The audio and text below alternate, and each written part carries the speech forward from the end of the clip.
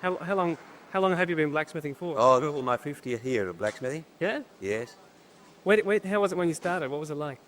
Oh, well, it was different. Then we didn't have any electricity. We had a hand forge for a start, and then we had an engine-driven forge, and then later on when electricity came through, then we got the electric forge then. Whereabouts was it? Oh, it was just up the road, about half a mile or so up the road there. Same place. Is a shed. Camina. You're working at Camina then? Oh, on a farm, just about half a mile up the road here, that's all. Ah, right. Who were you working with then?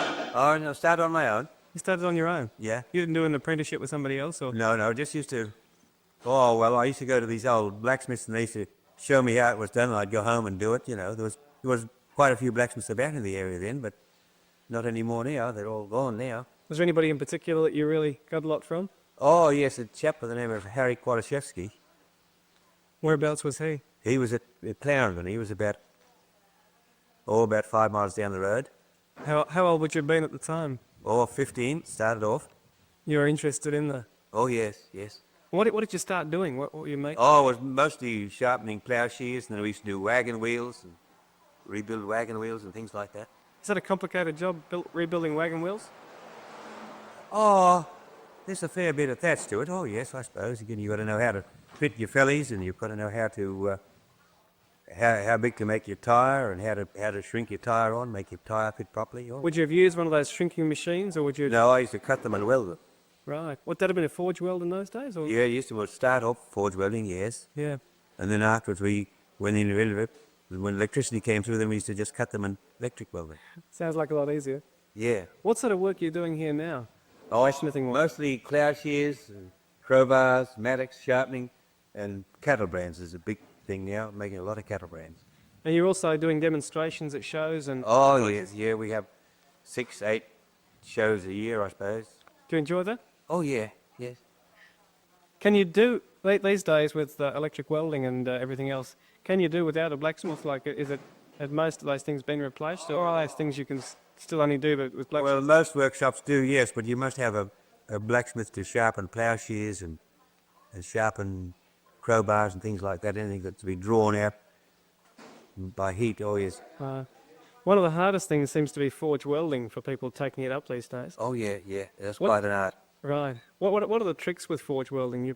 Well, the main thing is to have a good clean fire. If you get too much clinker in your fire, you only burn your metal and it won't weld, and the metal burns away instead of getting to welding heat, yeah. What sort of flux do you use? I just use borax and sand. Just river sand? Yeah. What is this box of tools, Archie? These are tools you carry with you? Oh yeah, these are just the tools for the demonstrating work. Oh yeah.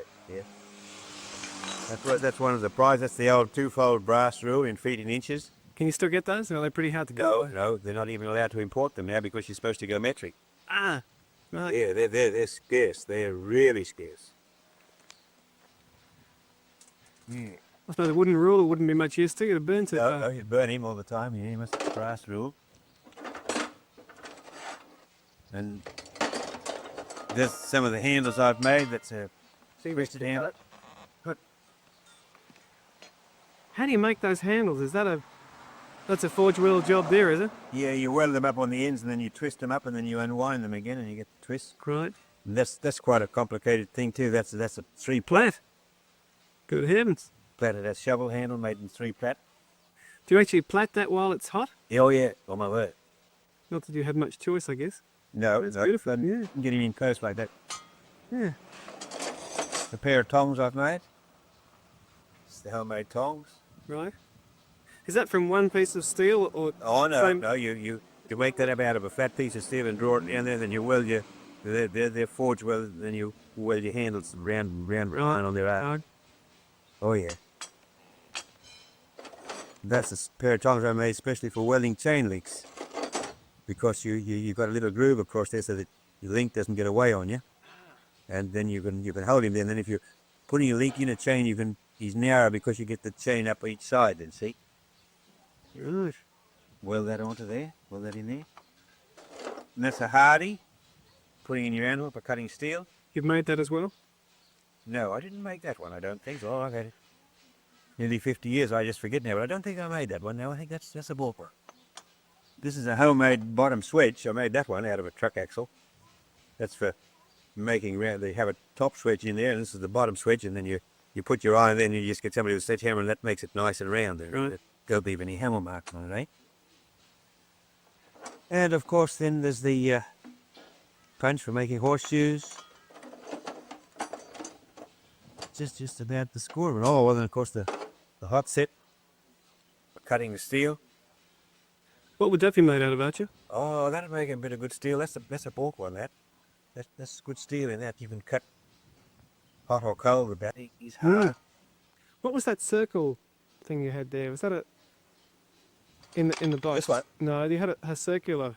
Oh, that's for cutting the ends of a horseshoe so that you get the rounded part of the horseshoe, make him round on the end. Right. So you used it on the anvil in the hardy. Oh, yeah, you drop that in the square of your anvil like that, and then you Right. show him off here. You also had a circular rule. Oh, well, that's for measuring wagon wheels. You measure around your wagon wheel, you put a mark on there, and you count the number of turns and make a mark on him. Then you get inside the tire, your wagon tire, and you measure around inside there, and then you must make the tire smaller than the wheel so that when you expand him and he shrinks on him. That'd be a critical amount, would it? Oh, very, very. If you make the tire too small, you buckle your wheel. So how much smaller do you make it? Well, just a rule of thumb about the thickness of your tire. But normally, 3/8 of an inch. If your wheel is fairly worn and you want to pull him in tight, you can go to 1/2 an inch, but no more than a 1/2 inch ever. Do you do much work with wheels these days? No, that's why I made that bandsaw in there. I want to do wagon wheels someday again. I had a great big bandsaw and I sold it. Ah. Is that empty your box? Oh, show me that punch you made from the horseshoe rasp. That was an interesting tool. Chisel. What have I done with that? Here we are. That's a chisel made out of a horseshoe rasp. Yeah. Pretty good steel there. Oh yeah, good steel, extra good. Mm. Yeah, that's the shoeing rasp. Do you reckon those tools you make yourself like that are better than the ones you buy? Oh, I wouldn't say so, but then I don't suppose you've got any option these days, hey? You got to make them, you can't buy them. Yeah. So you've got to make your own fuels now. That's a pritchel made out of that's a bit of old coil spring of a motor car. Just flattened down and then drawn out of a fit pritchel.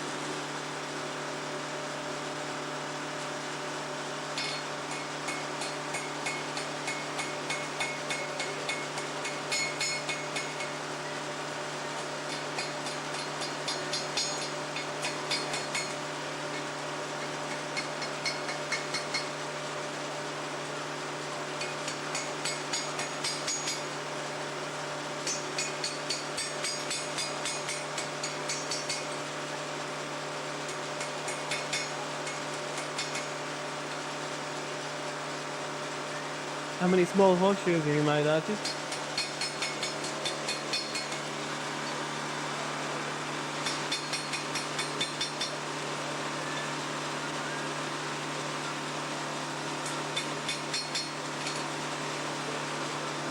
Oh, that's it. How many of those would you have made? Well, I say they'd be.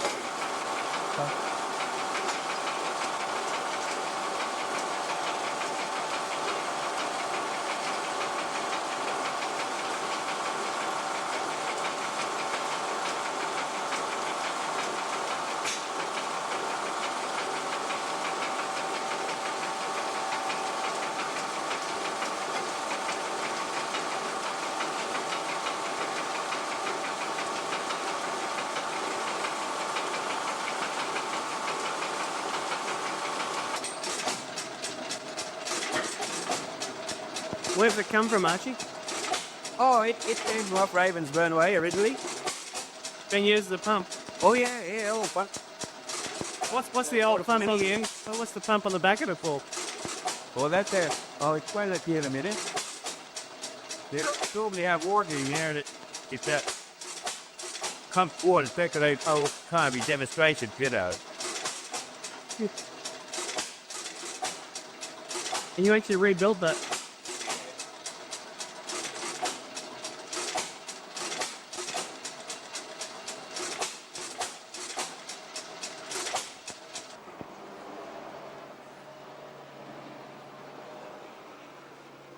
Did you make this machine up from scratch, Archie, or Hey, man.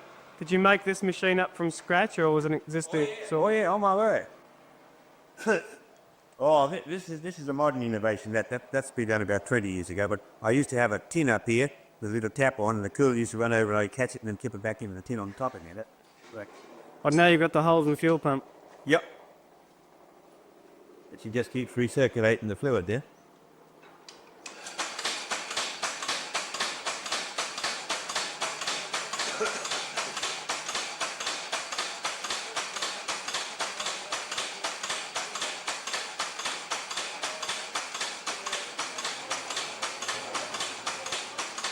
There he is. Oh, did you?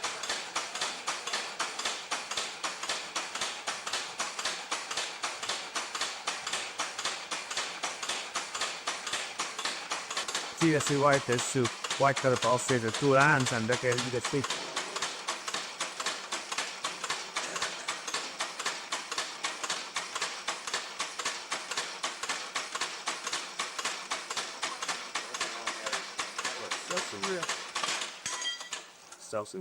Stops himself automatically. Yep.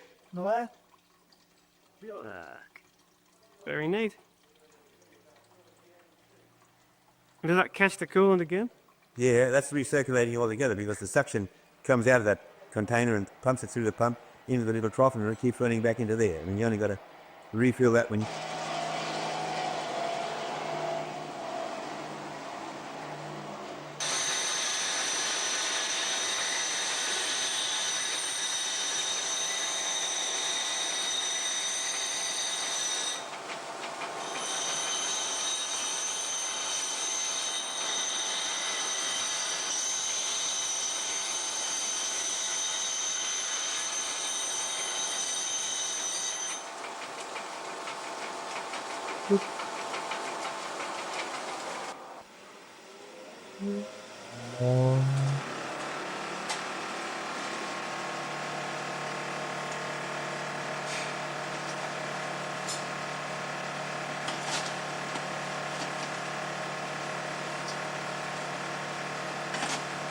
What sort of fuel do you use, Archie? What is that?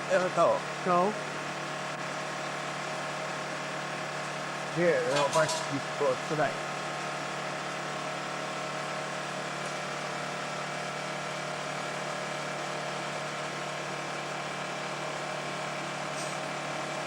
Woo.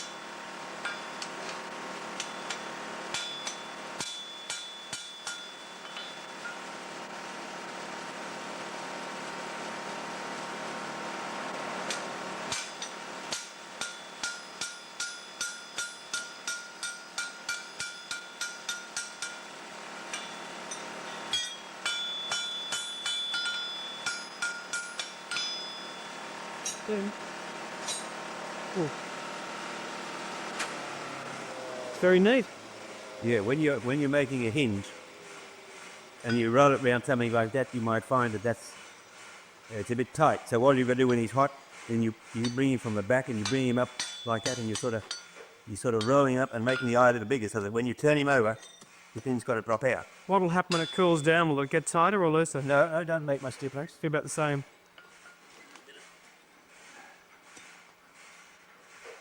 Oh, I never do them down at the door, but Let's take it down slowly.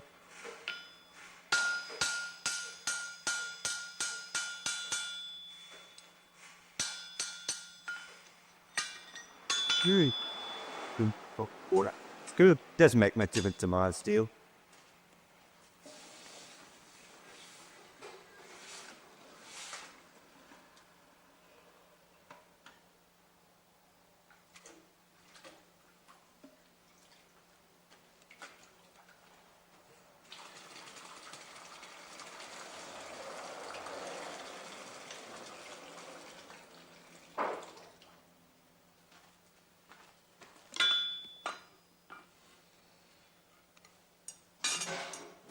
switch. Of course, that's the top switch for making grooves in it.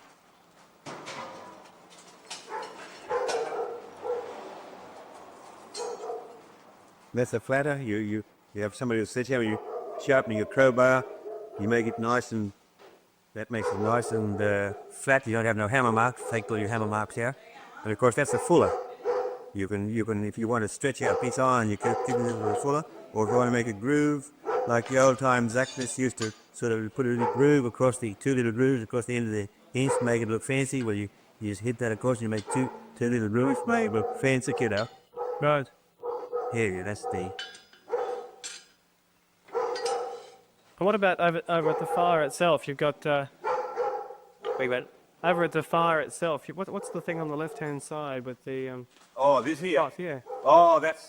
I used to melt lead in that babbiting bearings years ago, but I just use it for water now. You see, when you got a coal fire and stop your fire, you concentrate your fire, then you can run around there with the water, stop your fire burning. No, that's what I use. You know, just fire down there like that, and you can. Yeah, just keep your fire together. Don't be by the charcoal fire you got all over the place. This thing you can.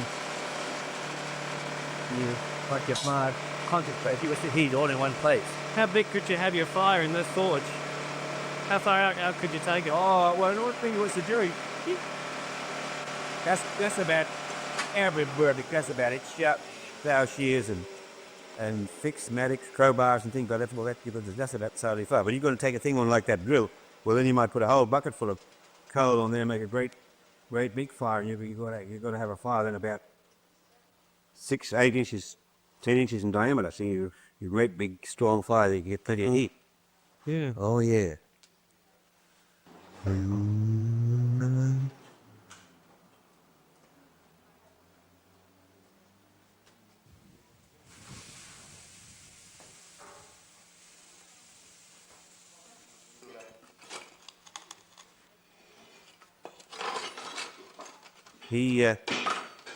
He'll come out. He comes out like that. See? Do they use chemical brands now rather? Oh yeah. Like branding? Here too. Yeah. Yeah. How much work's involved in making up a brand like that one there, for instance? Oh. How long would you take? 4 hours. 3, 4 hours. Yeah. Yeah. So how much would you charge for your brand? $50. Yeah. Yeah, but it's a bit of work, wouldn't it? Oh yeah. Yeah. See, you got to get a. Oh. Piece of steel, you Yeah. use for that brand. Bit more to be made there, and then you're ready to shape him up Yeah. into a brand. Yeah. That gives you that sharper edge on the brand. Oh yeah. You must have them about an 1/8 inch thick there. You see, and then you draw it down. Oh yeah, it's his initials inside of a circle with a dot. Oh, the dot as well. Oh yeah. All similar brands have got to have it on. That's law. Right. So how do you do that? Get a little piece out from the side. Yeah. Or it's Yeah. registration That's form. the certificate of registration of cancelled horse and cattle brand. Yeah. So then you write this out in chalk on a piece of, Steel is there. and then make it from the chalk on the steel. Yeah. It has to be exactly the same as that. My word.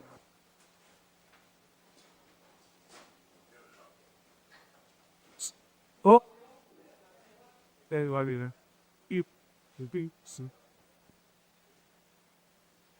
Go